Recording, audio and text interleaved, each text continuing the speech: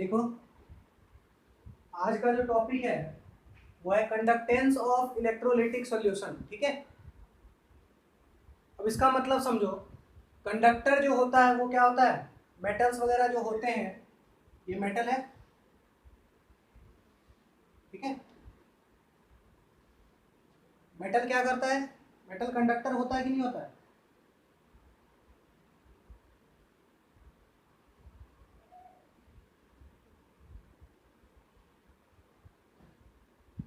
बताओ। मेटल जो होता है वो कंडक्टर होता है ना? कंडक्टर होता है मेटल। ऐसा क्यों होता है कि इलेक्ट्रॉन जो है मेटल में वो क्या होते हैं? फ्री स्टेट में होता है इलेक्ट्रॉन।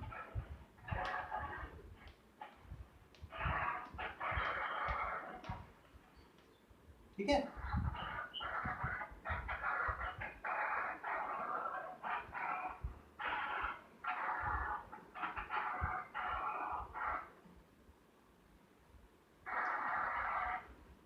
अब देखो, मेटल में क्या होता है? इलेक्ट्रॉन फ्री स्टेट में होता है।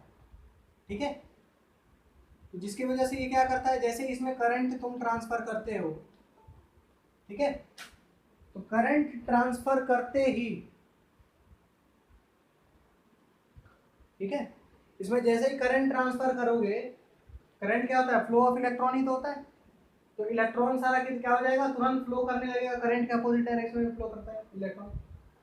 करंट इधर फ्लो होने लगेगा, सारा इलेक्ट्रॉन फ्लो करने लगेगा। क्यों? क्योंकि ये कंडक्टर है। और इसका रेजिस्टिविटी जो होता है रो, वो क्या होता है? Specific resistance. ठीक है, और इस कंडक्टर का क्या होगा? रेजिस्टेंस आर होता है। मतलब रो किस पे डिपेंड करेगा? इस मेटल के नेचर पे। और आर किस पे डिपेंड करेगा?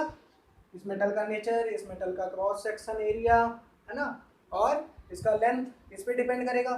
तो रेजिस्टेंस क्या बताएगा कि इसको, ये जो इलेक्ट्रॉन है, इसको मूव होने में, है ना, कितना रेजिस्टेंस मिल रहा है ना, कौन रेजिस्ट कर रहा है? मेटल जो है कितना रेजिस्ट कर रहा है।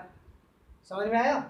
तो इलेक्ट्रॉन मूव होने में जो रेजिस्टेंस मिलेगा, तो ये तो कंडक्टर किसकी बात होगी? मेटेलिक कंडक्टर की बात होगी, सॉलिड कंडक्टर की बात होगी। क्यों उसमें करंट फ्लो करता है? Due to free mobile electron, है ना, फ्री इलेक्ट्रॉन जो कि क्या कर सकते हैं? मूव कर सकते हैं। इलेक्ट्रॉन बहुत सारे होते हैं ना इलेक्ट्रॉन मेटल में, फ्री इलेक्ट्रॉन जो कि आराम से क्या कर सकते हैं? मूव कर सकते हैं, जिसके वजह से मेटल क्या होता है? कंडक्टर होता है। ठीक है, अब देखो, हम लोग ये भी पढ़े हैं कि जो आयंस होते हैं, क्या, जो आयंस होते हैं वो भी क्या होता है? वो भी कंडक्टर होता है।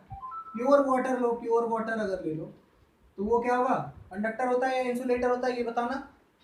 प्योर वाटर, प्योर वाटर हमारा क्या होता है? इंसुलेटर होता है। लेकिन प्योर वाटर में थोड़ा सा आयन डाल दिया है ना, आयन डाल दिया मतलब चार्ज प्लस माइनस जो भी है ना, तो चार्ज जो है वो क्या करने लगेगा?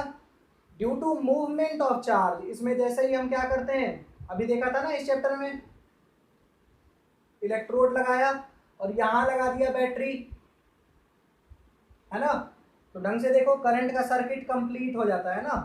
सर्किट क्या हो जाता है? कंप्लीट हो गया ना। क्यों? क्योंकि ये आयन, आयन जो है आयनिक सॉल्यूशन है ना, ये जो सॉल्यूशन है आयनिक सॉल्यूशन है, मतलब इस सॉल्यूशन में क्या है? ढेर सारे आयन्स हैं, जिसके वजह से आयन क्या होता है? कंडक्टर होता है। तो इसीलिए ये सर्किट क्या है? कंप्लीट है, इसमें करंट का फ्लो होगा। ठीक है, ये समझ में आया? सबको ये समझ में आया? आयंस भी क्या होते हैं? आयनिक सॉल्यूशन भी क्या होते हैं? कंडक्टर होते हैं। ये सबको पता होता है। ठीक है, अब देखो, पढ़ना क्या है, ये जो रो है, ये जो रो है वो क्या है? इस मेटल का रेजिस्टिविटी। ठीक है, और ये जो आर है इस मेटल का क्या है?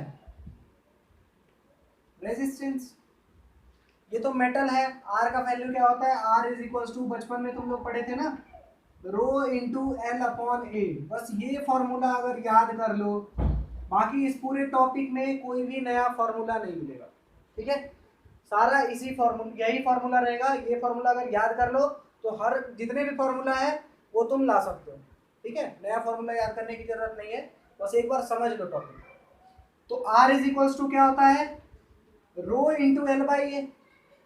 तो ये जो तुम्हारा क्या है, आयनिक सॉल्यूशन है, तो इस आयनिक सॉल्यूशन का R क्या होगा, रेजिस्टेंस क्या होगा, ठीक है, इस आयनिक सॉल्यूशन का रेजिस्टेंस क्या होगा, इस आयनिक सॉल्यूशन का रो क्या होगा, है ना। ये सब क्या पढ़ेंगे, इन सब के बारे में पढ़ेंगे, है ना। एक तो रेजिस्टेंस के बारे में पढ़ेंगे और एक रेजिस्टिविटी के बारे में पढ़ेंगे, वो कैसे निकालते हैं, इसमें कैसे टर्म्स डिफरेंट हो जाते हैं, इनके बारे में पढ़ेंगे हम। किसमें, आयनिक सॉल्यूशन, मतलब कंडक्टेंस ऑफ इलेक्ट्रोलिटिक सॉल्यूशन। समझ में आया, इलेक्ट्रोलिटिक मीन्स सॉल्यूशन जिसमें क्या हो, इलेक्ट्रोलाइट हो, इलेक्ट्रोलाइट मीन्स आयंस हो। समझ में आया, इलेक्ट्रोलाइट क्या हो जाते हैं, टूट जाते हैं आयंस में। समझ में आया ये चीज। तो ये भी क्या करेंगे, करंट को कंडक्ट करेंगे। तो किस तरह से करेंगे, इसका रेजिस्टेंस क्या होगा, इनका रेजिस्टिविटी क्या होगा, किन किन फैक्टर पे ये डिपेंड करेगा, ये सब चीज इस टॉपिक में पढ़ने वाले हैं। सबको समझ में आई ये बात।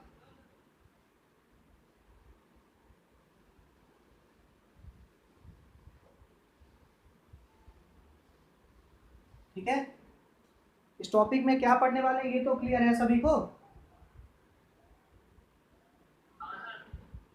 अब देखो इस टॉपिक में क्या पढ़ने वाले हैं, कंडक्टेंस ऑफ इलेक्ट्रोलाइटिक सॉल्यूशन। अब देखो नाम क्या है, कंडक्टेंस, दो चीज है। अभी तक क्या पढ़ रहे थे, रेजिस्टेंस,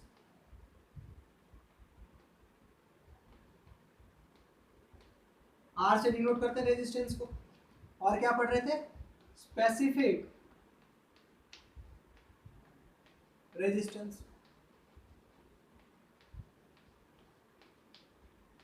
इसको किससे डिनोट कर रहे थे, रो से, ठीक है। अब देखो नया वर्ड जो आया इसके लिए, वो क्या है, रेजिस्टेंस के लिए क्या आया, कंडक्टेंस। बस ये ध्यान रखना है ना, कंडक्टेंस, ठीक है।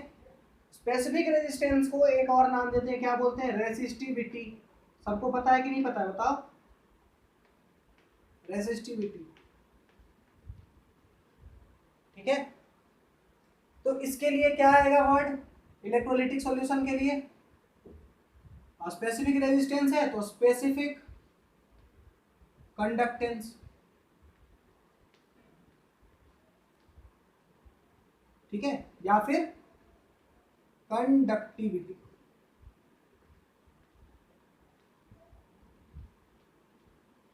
क्लियर है यहां तक सभी को। कंडक्ट देखो, कंडक्टेंस को जी से, किससे, कैपिटल जी से डिनोट करते हैं, और कंडक्टिविटी को किससे डिनोट करते हैं, कप्पा से। किससे डिनोट करते हैं, कप्पा से, ठीक है।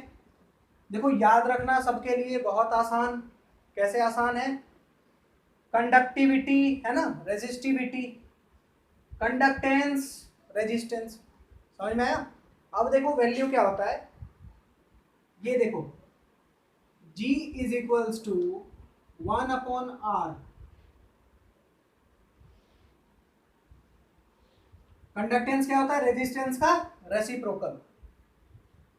और देखो कप्पा इज इक्वल्स टू 1/रो।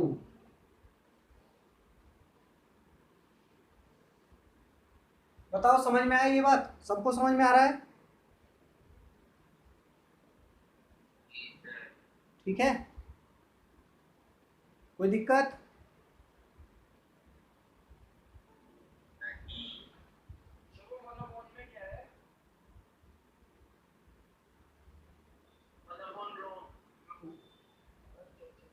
रो क्या, देखो याद रखने के लिए, रेजिस्टिविटी का उल्टा क्या होगा, कंडक्टिविटी, है ना, टीवीटी, टीवीटी दिखा, रेजिस्टिविटी, कंडक्टिविटी, रेजिस्टेंस, कंडक्टेंस, ठीक है।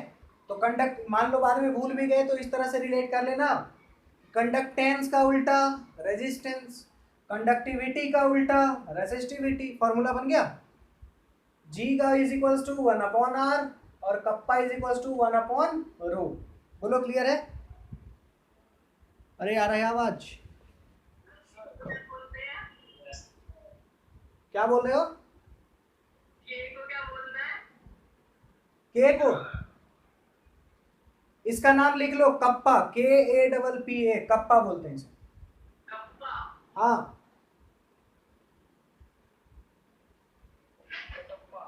कटक, अरे यार क्या चाह रहे हो?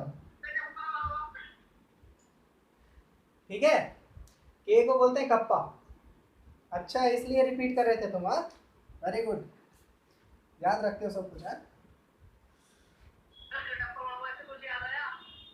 बताएंगे, ठीक है। यहां तक क्लियर है ना? अब देखो आर का जो यूनिट होता है वो क्या होता है? आर का यूनिट ओम। क्या होता है? क्या बोलते हैं इसे? ओम, OHM। क्या बोलते हैं? ओम। साइन होता है ये, ठीक है। तो ये जो है तुम्हारा जी, उसका क्या होगा यूनिट? 1/ओम, है ना। मतलब ओम इनवर्स, है ना। या फिर इसको क्या बोलते हैं? महो, MHO, महो, है ना। ओम का उल्टा MHO। या फिर क्या बोलते हैं इसे? एस बोलते हैं। एस मतलब क्या हुआ? लिख लो साइमन, SIMEN, साइमन। समझ में आ रहा है सबको? अभी तक कोई दिक्कत तो नहीं हो रहा है? टफ लग रहा है?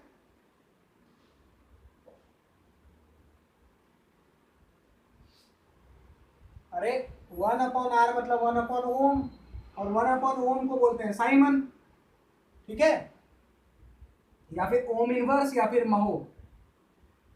इस चैप्टर में यूज होगा साइमन, है ना। ओम इनवर्स क्या होता है? साइमन। समझ में आया? अरे क्लियर है यहां तक? अब देखो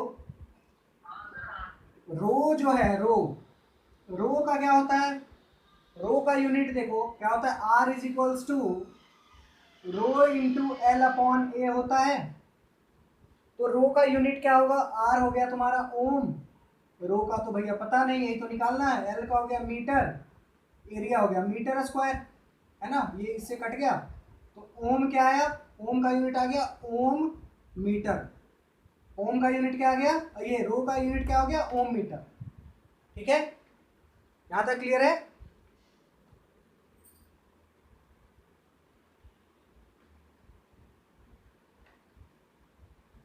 बोलो।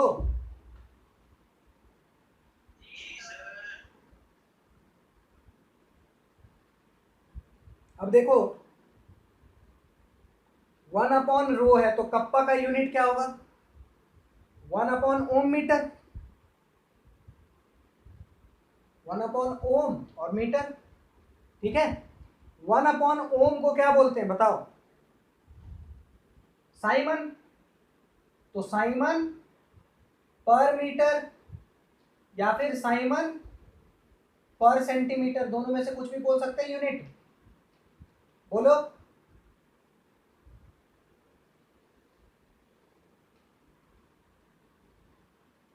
समझ में आया?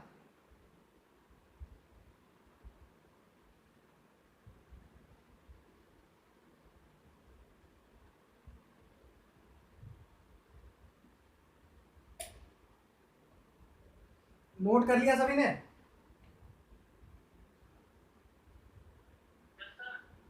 चलो अब देखो हेडिंग डालो, सबसे पहले कंडक्टेंस लिखो। अब अलग अलग एक बार देखो, पूरा समझ में आ गया क्या होता है? एक चीज अब लिखो कंडक्टेंस, हेडिंग डालो कंडक्टेंस। क्या होता है कंडक्टेंस? हेडिंग नहीं, मतलब कंडक्टेंस होता क्या है ये लिखो।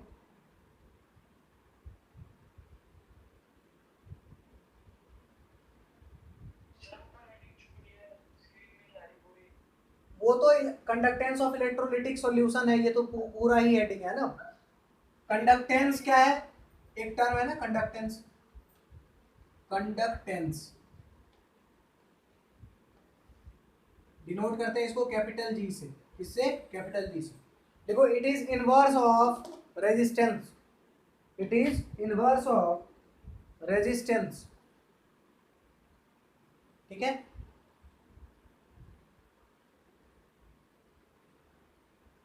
It is inverse of resistance.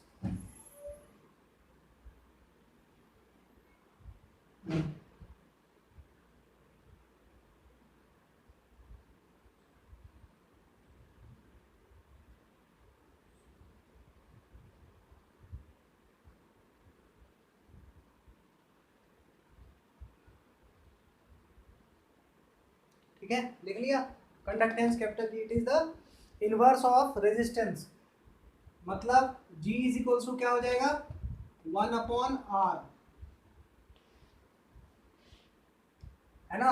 और R का यूनिट क्या होता है, R का यूनिट होता है ओम, तो G का यूनिट क्या हो जाएगा, यूनिट ऑफ G क्या हो जाएगा, यूनिट ऑफ G क्या होगा, या तो ओम इनवर्स, है ना, या फिर क्या होगा महो, है ना, या फिर इसको ऐसे भी लिखते हैं ओम इनवर्स, है ना, ओम का साइन ये होता है ना,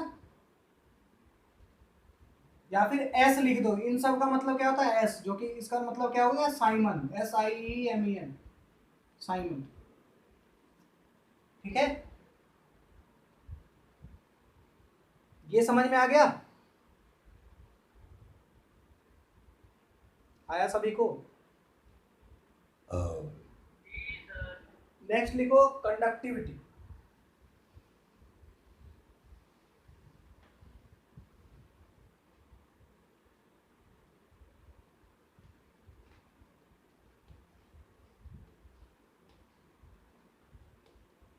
कंडक्टिविटी क्या होता है, कंडक्टिविटी कप्पा से डिनोट करते हैं, किससे डिनोट करते हैं, कप्पा से, ठीक है, इसका नाम क्या होता है कप्पा। अब देखो देखो, it is the inverse of, it is the inverse of resistivity, it is the inverse of resistivity,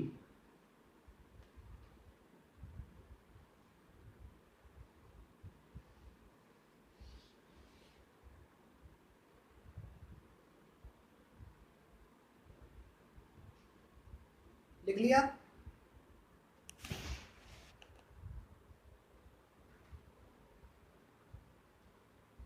इसका यूनिट की अगर बात करो,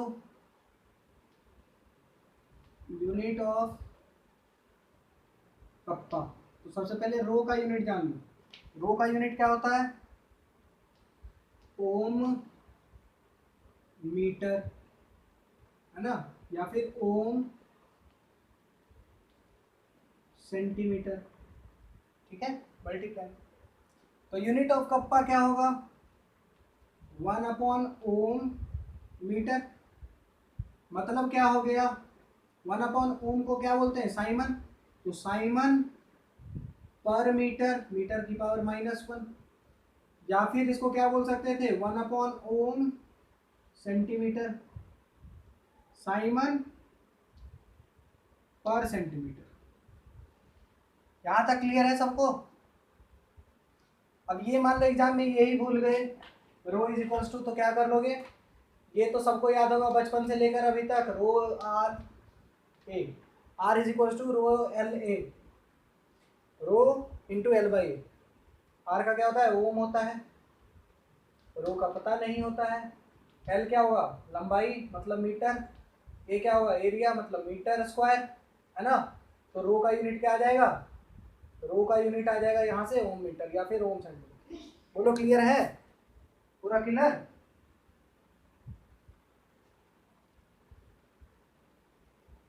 बोल दीजिए, बोल दीजिए क्लियर है कि नहीं है, हाँ बोल दीजिए, गुरुवार है जल्दी बोलिए। अरे कोई कुछ बोलता है नहीं, समझ में नहीं आता क्या, आपकी आवाज ना सुनना अच्छा लगता है, आप कुछ बोलते नहीं। अच्छा अच्छा, मिटा दूं, हाँ अब देखो कप्पा समझ में आ गया, ये वो एक लाइन लिख लो, लाइन लिख लो, देखो पहले ये लिखो, relation between, relation between kappa and G. कप्पा क्या है कंडक्टिविटी, और जी क्या है कंडक्टेंस, ठीक है, रिलेशन बताना है कप्पा और जी में। देखो मैंने बोला था ना, जैसा कोई फॉर्मूला याद रखने की जरूरत है? कोई फॉर्मूला याद रखने की जरूरत नहीं। आर इज इक्वल्स टू क्या होगा, रो एल बाई ए। ठीक है, आर क्या होता है बोलो, 1/g। रो क्या होता है, 1/k, 1/कप्पा, और L/A तो ऐसे ही रहेगा। ठीक है, देखो इसमें क्या होगा, L क्या है और A क्या है वो भी बताऊंगा। अभी फिलहाल के लिए मान लो L/A को क्या बोलते हैं, L/A को बोलते हैं G स्टार। क्या बोलते हैं, G स्टार। और इसका नाम क्या होता है, सेल कांस्टेंट, है ना। G स्टार को क्या बोलते हैं, सेल कांस्टेंट। तो क्या हो गया, R हो गया 1/g, ये हो गया 1/कप्पा। तो K इधर ले जाओ, G इधर ले जाओ, ये हो गया kappa is equals to G into L/A, है ना। या फिर L/A को G स्टार भी बोल सकते हैं, तो kappa is equals to G into G star.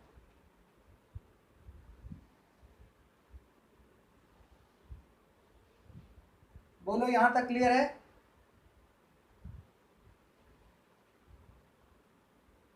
लिख पा रहे हो तुम लोग?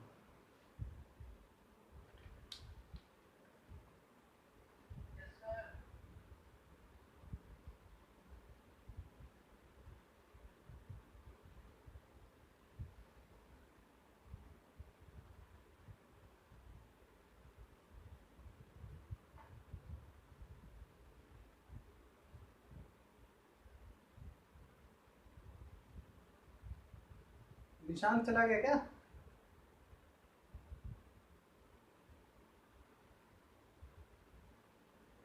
ईशा समझ में आ रहा है तुम्हें?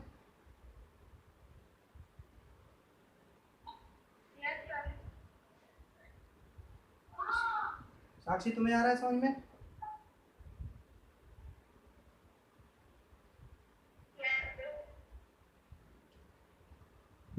बोर्ड तो क्लियर दिख रहा है ना, कुछ ब्लैक आउट तो नहीं हो रहा है, सबको क्लियर दिख रहा है? नहीं सर, आज ठीक है।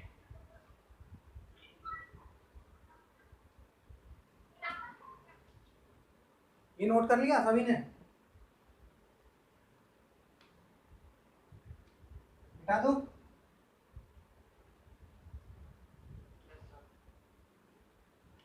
अब देखो यूनिट क्या आया,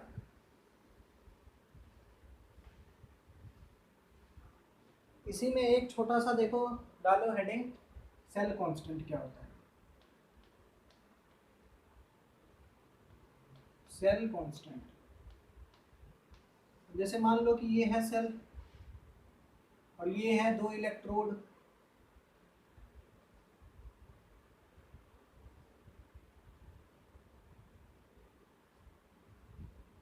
ठीक है। तो ये क्या हो गया, ये हो गया L, distance between the electrode, है ना। और ये हो गया A, ये क्या हो गया A, ये क्या हो गया क्रॉस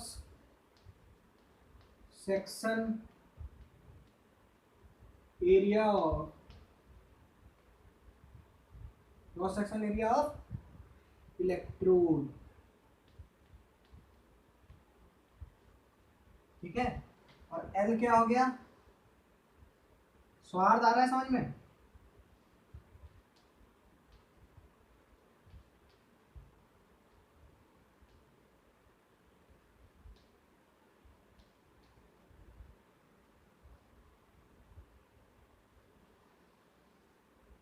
ठीक है, बोलो।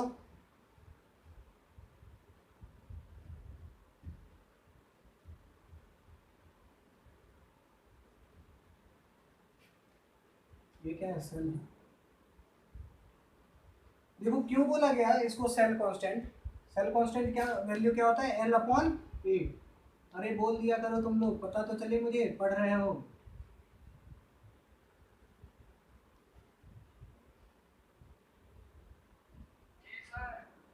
अब देखो cell constant L by A को बोला जाता है।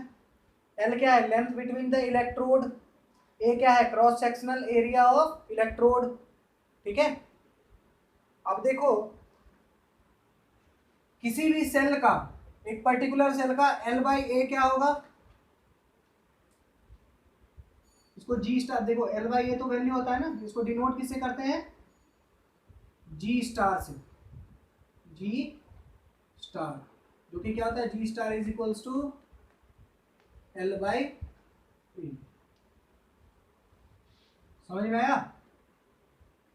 तो किसी भी सेल का सेल कांस्टेंट हमेशा क्या होगा? सेम। यहां जो इलेक्ट्रोलाइट तुमने डाला, ये अलग अलग डाला है ना, तो अलग अलग इलेक्ट्रोलाइट डालो, कुछ भी करो, उसमें सेल कांस्टेंट उसका क्या होगा? सेम होगा। यहां तक क्लियर है?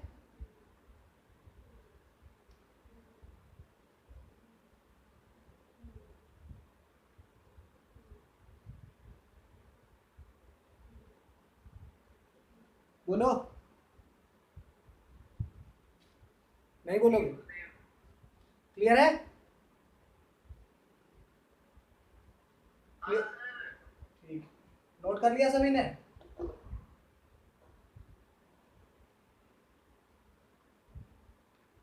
सेल कांस्टेंट क्या होता है? G star is equals to L by A, जहाँ पे एल क्या है, ए क्या है, सबको पता चल गया ना अच्छे से? हाँ, तो सेल कांस्टेंट क्या होगा? मान लो कि इसमें क्या किया मैंने, सेल कांस्टेंट का फायदा समझो। मैंने एक इलेक्ट्रोलाइटिक सॉल्यूशन डाला है ना, उसका मैंने कप्पा दे दिया, ये होता है ना formula, kappa is equals to G into G star, मतलब सेल कांस्टेंट। मैंने एक इलेक्ट्रोलाइटिक सॉल्यूशन डाला, उसका मैंने कप्पा बता दिया और जी बता दिया। ठीक है। मैंने दूसरा इलेक्ट्रोलाइटिक सॉल्यूशन डाला, उसका मैंने सिर्फ बताया कप्पा, तुमसे पूछा जी का वैल्यू बताओ, है ना? क्या करोगे? पहले वाले से तुम जी स्टार का वैल्यू निकाल लोगे ना, के बाई जी क्या होगा? जी स्टार। और दूसरे वाले में जी स्टार का वैल्यू डाल दोगे, कप्पा का वैल्यू पता है, क्वेश्चन में ही गिवन है, तो जी निकाल लोगे। आया समझ में? अरे बोलो, मिटा दो।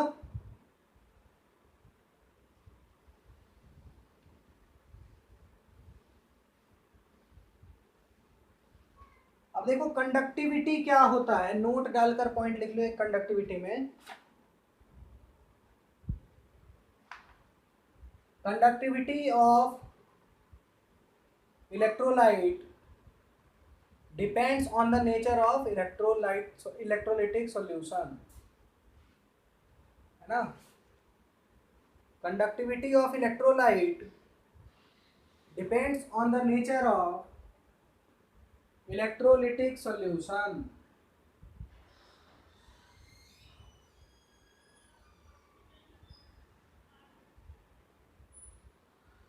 लिख लिया ना? कंडक्टिविटी क्या होता है? कंडक्टिविटी डिपेंड करता है नेचर ऑफ इलेक्ट्रोलिटिक सॉल्यूशन पे। और लिख लो, it is equal to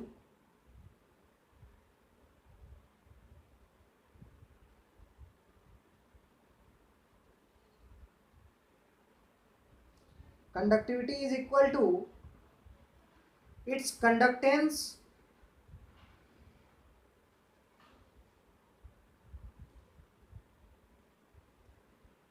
conductivity is equal to its conductance when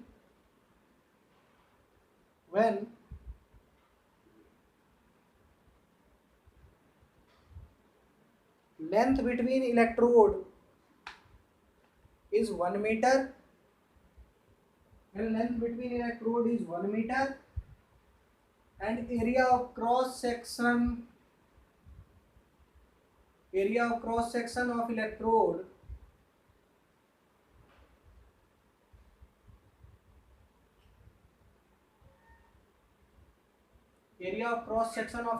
is 1 meter square.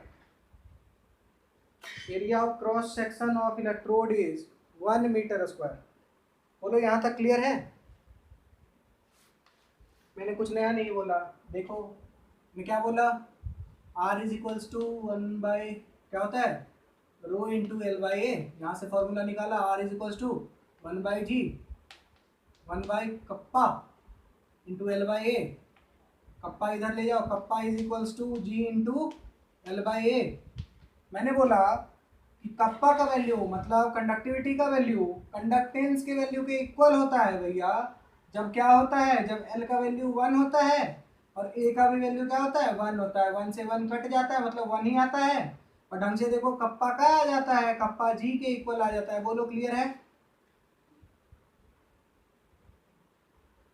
अरे बोलो, समझ में आया? Yes, sir.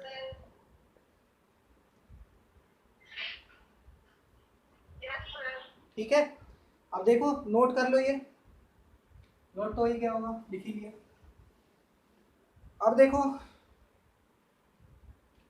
Are is equals to क्या होगा, रो इंटू एल अपॉन वी। ये याद रखो, बस ये फॉर्मूला याद रखो। और ये पता ही है तुमको, रेजिस्टेंस तो कंडक्टेंस, रेजिस्टिविटी तो कंडक्टिविटी। ठीक है, रेजिस्टेंस का उल्टा कंडक्टेंस, रेजिस्टिविटी का उल्टा कंडक्टिविटी। ठीक है, अब देखो कप्पा, कप्पा का यूनिट क्या होता है, साइमन पर मीटर। ये भी भूल जाओ तो निकाल सकते हो, है ना। जो कि ढंग से देखो साइमन पर सेंटीमीटर मुझे करना है, इसका मतलब क्या हुआ, साइमन पर मीटर ऐसे हुआ। और मीटर की जगह पे क्या लिख सकते हैं, साइमन, मीटर की जगह 100 सेंटीमीटर। ठीक है, तो साइमन पर मीटर क्या आया, नीचे आएगा 0.0, तो 0.01 साइमन पर सेंटीमीटर। अरे कुछ भी याद रखने की जरूरत नहीं है ना, बस समझते जाओ कि अगर साइमन पर मीटर को मुझे साइमन पर सेंटीमीटर में कन्वर्ट करना होगा तो मैं लिखूंगा साइमन पर मीटर को साइमन अपॉन मीटर, और उसके बाद मीटर को लिख सकता हूँ 100 सेंटीमीटर, साइमन अपॉन 100 सेंटीमीटर। उसके बाद क्या होगा, ये 0.01 हो गया साइमन पर सेंटीमीटर, जो कि किसके इक्वल है, साइमन पर मीटर के इक्वल है। तो रिलेशन बिटवीन साइमन पर मीटर और साइमन पर सेंटीमीटर सबको समझ में आ गया ना, कि क्या होता है 0.01 साइमन पर सेंटीमीटर। ये क्लियर है सभी को?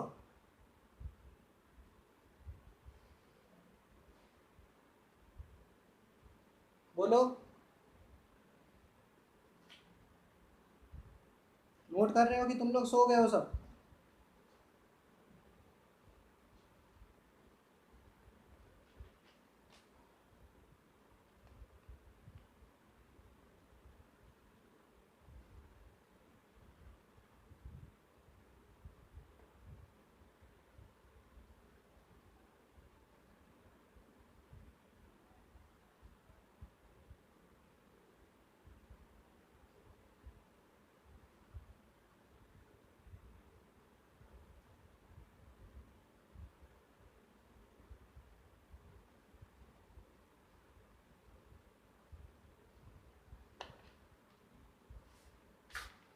बोलो रे, नहीं बोलो।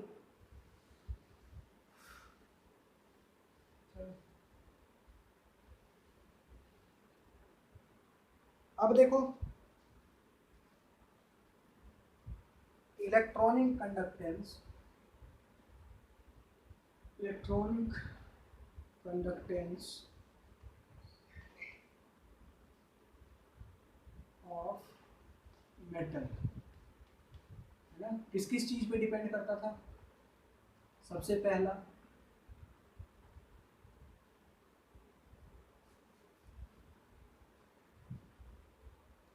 क्या,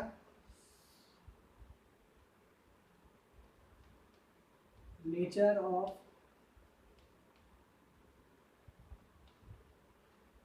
कंडक्टर, नेचर ऑफ सब्सटेंस लिख देते हैं। मेटल मतलब कंडक्टर लिख देता है, कंडक्टर, क्योंकि ग्रेफाइट वगैरह होता है, कुछ नॉन मेटल भी क्या करते हैं, कंडक्टर होते हैं। नेचर ऑफ सब्सटेंस दूसरा, number of valence shell, valence electron, और तीसरा टेम्परेचर अगर बढ़ाओगे, है ना, तो इसका कंडक्टिविटी क्या होगा,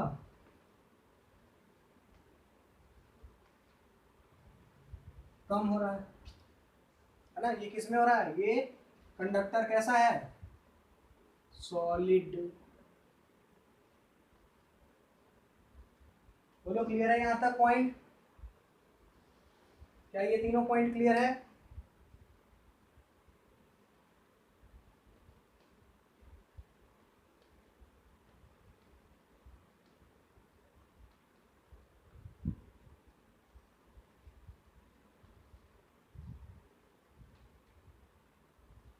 इलेक्ट्रोलिटिक कंडक्टेंस किन किन चीजों पे डिपेंड करेगा?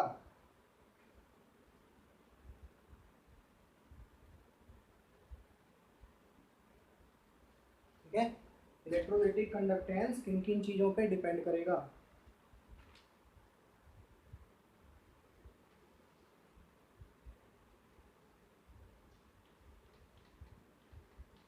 Nature of electrolyte,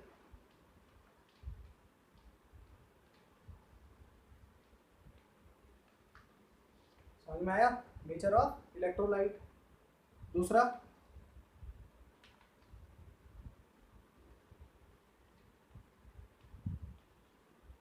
size of ion produced by solvation. Sir screen blur आ रही है। सबकी? Yes sir. मेरे को आना चाहिए ब्लर। देखो अब कैसे बोले तुम लोग, हाँ? मैं उतना देर से चीख चिल्ला रहा था, तुम लोग कुछ बोल नहीं रहे। मैंने पहले अपनी स्पीड चेक करी, मेरी तो 9.2 एमबी पर सेकंड आ रही है स्पीड, तो मैंने ऐसे बोल दिया। हाँ अब तो बोलोगे, चलो ठीक है, अब दिख रहा है।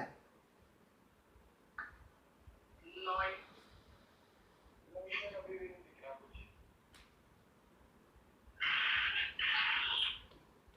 कॉन्सेंट्रेशन ऑफ इलेक्ट्रोलाइट, लिख लो लिख लो, लिख पा रहा हूँ।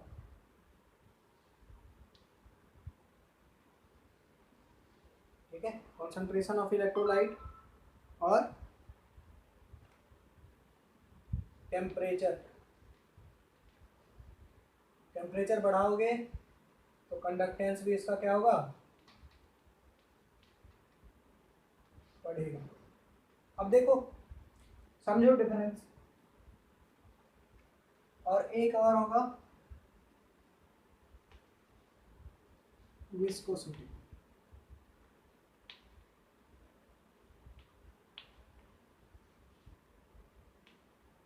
ठीक है, देखो जो तुम्हारा सॉलिड कंडक्टर है उसमें क्या होगा? एक तो नेचर ऑफ सब्सटेंस पे डिपेंड करता है कंडक्टेंस, दूसरा नंबर ऑफ वैलेंस इलेक्ट्रॉन पे डिपेंड करता है, और तीसरा टेम्परेचर और कंडक्टेंस पे डिपेंड करता है। ठीक है, और देखो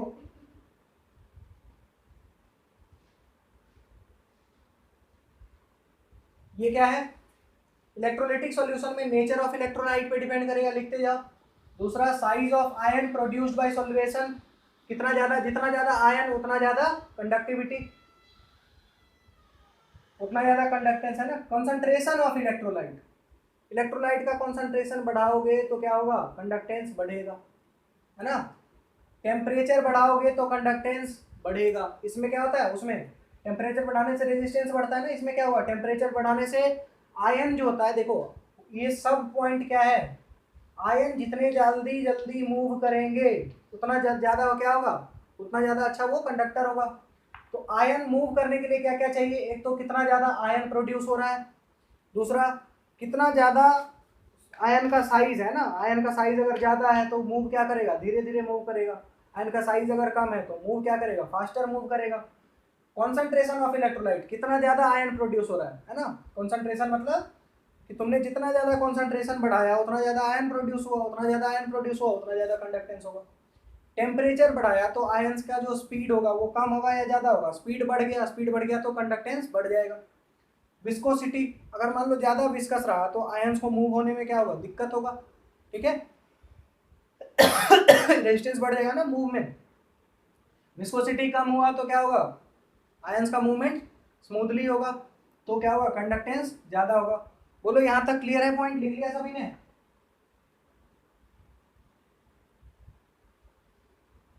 बोलो।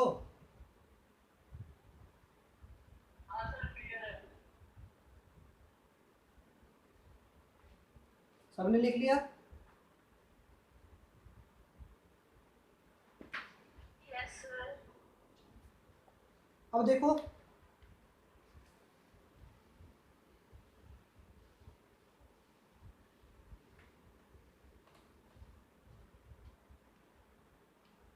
मेजरमेंट ऑफ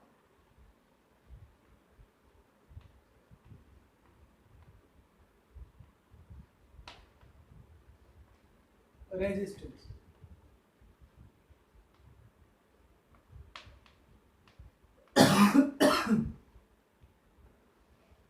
ठीक है, मान लो तुमने क्या किया,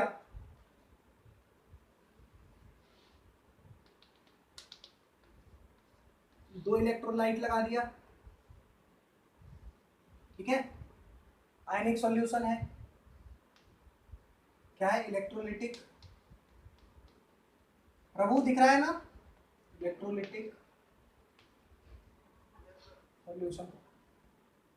अब देखो ये जो सॉल्यूशन का रेजिस्टेंस है वो कैसे फाइंड करेंगे, तो वो देखो कैसे फाइंड करते हैं।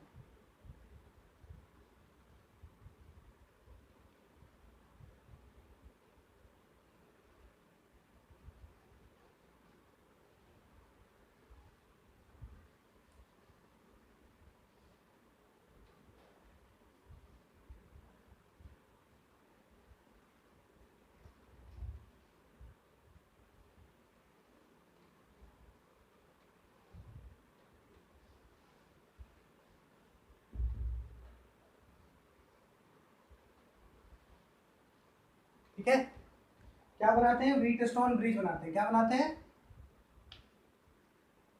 Wheat stone bridge.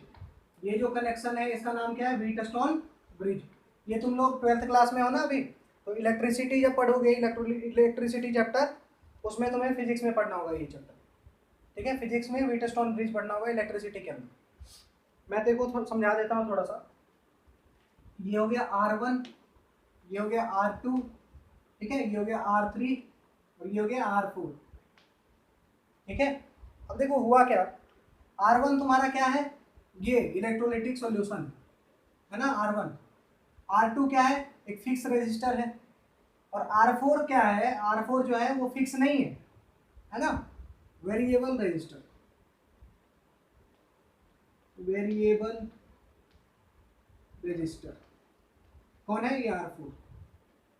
ठीक है, अब देखो क्या होता है, व्हीट स्टोन ब्रिज का मतलब समझना कि जैसे ही as R1 upon R2 is equals to R3 upon R4 ये हो गया, वैसे ही क्या होगा, ये जो तुम्हारा करंट है इसमें है ना, जैसे ही ये होगा तो ये जो क्या है I मान लो, तो I का वैल्यू क्या हो जाता है, 0। R1 अपॉन R2 अगर R3 अपॉन R4 के इक्वल हो गया तो इसमें जो करंट जा रहा है उसका वैल्यू क्या हो गया, 0। समझ में आया, 0 हो गया। मतलब अगर मान लो इसमें, इस सर्किट में तुम एक बल्ब लगा दो, एलईडी बल्ब लगा दो, कुछ भी लगा दो, है ना, एक बल्ब लगा दोगे तो बल्ब क्या होगा, अगर बल्ब देखो क्या करेंगे, R2 भी फिक्स है, R3 भी फिक्स है, तो R1 अपॉन R2, R1 इसका रेजिस्टेंस पता ही नहीं है हमें, है ना, R2 पता है, R3 भी पता है, और R4 क्या कर रहे हैं ना, धीरे धीरे उसको वेरी करते जा रहे हैं, हम लोग चेक कर रहे हैं। ऐसा पॉइंट लगाएंगे धीरे धीरे चेक करते करते करते करते कि ये जो तुम्हारा आई है, आई का वैल्यू 0 हो जाएगी। ये जो तुम्हारा डिटेक्टर है ना, डिटेक्टर डिटेक्ट कर ले कि अब इसमें करंट क्या है, 0 है ना, बल्ब लगा दो, कुछ भी कर दो, जिससे पता चल जाए कि इसमें करंट क्या आ गया है, 0 है ना, 0 हो गया करंट। अब देखो क्या होगा, इस रेजिस्टेंस को धीरे धीरे वेरी करते जाएंगे करते जाएंगे। अब देखो मैंने बोला R1 का वैल्यू नहीं पता है ना, करंट 0 हो गया, ऐसा सिचुएशन लाए कि R4 को वेरी करते करते करते करते क्या हो गया, ये करंट 0 हो गया, पता चल गया। क्या क्या पता है, R2 पता है, R4 भी पता चल गया ना, रेजिस्टेंस वेरी करते करते, R3 भी पहले से पता था। क्या R1 निकाल लेंगे, जैसे एग्जांपल में मान लो R2 है 5 और ये आया 6 और ये आया, वेरी करते करते करते करते आ गया तुम्हारा 10। ठीक है, तो करंट उस समय क्या हो गया था, इस समय पे एट 10 क्या हो गया, I इज इक्वल टू 0। तो यही कंडीशन डालेंगे, है ना, एग्जांपल बता रहा हूं मैं, तो R1 का वैल्यू क्या हो जाएगा, ये 5 से कट गया 10, 2 से कट गया 6, 3, तो 3 ओम हो जाएगा। बोलो क्लियर है, समझ में आया, मत बोलो रो, नोट कर लो।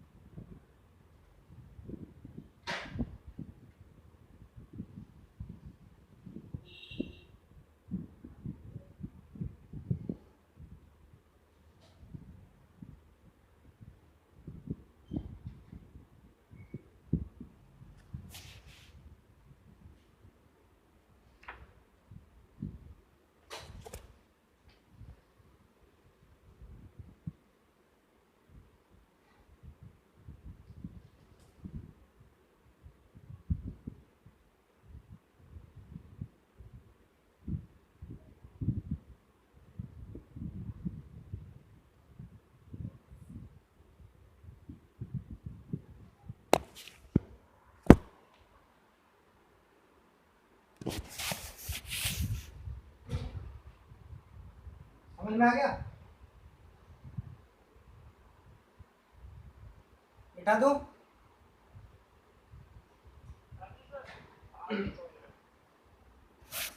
चलो अब आगे का देखो, एक क्लास और लगेगा, ये पूरा चैप्टर मतलब ये जो पार्ट है ना वो खत्म हो जाएगा, ठीक है।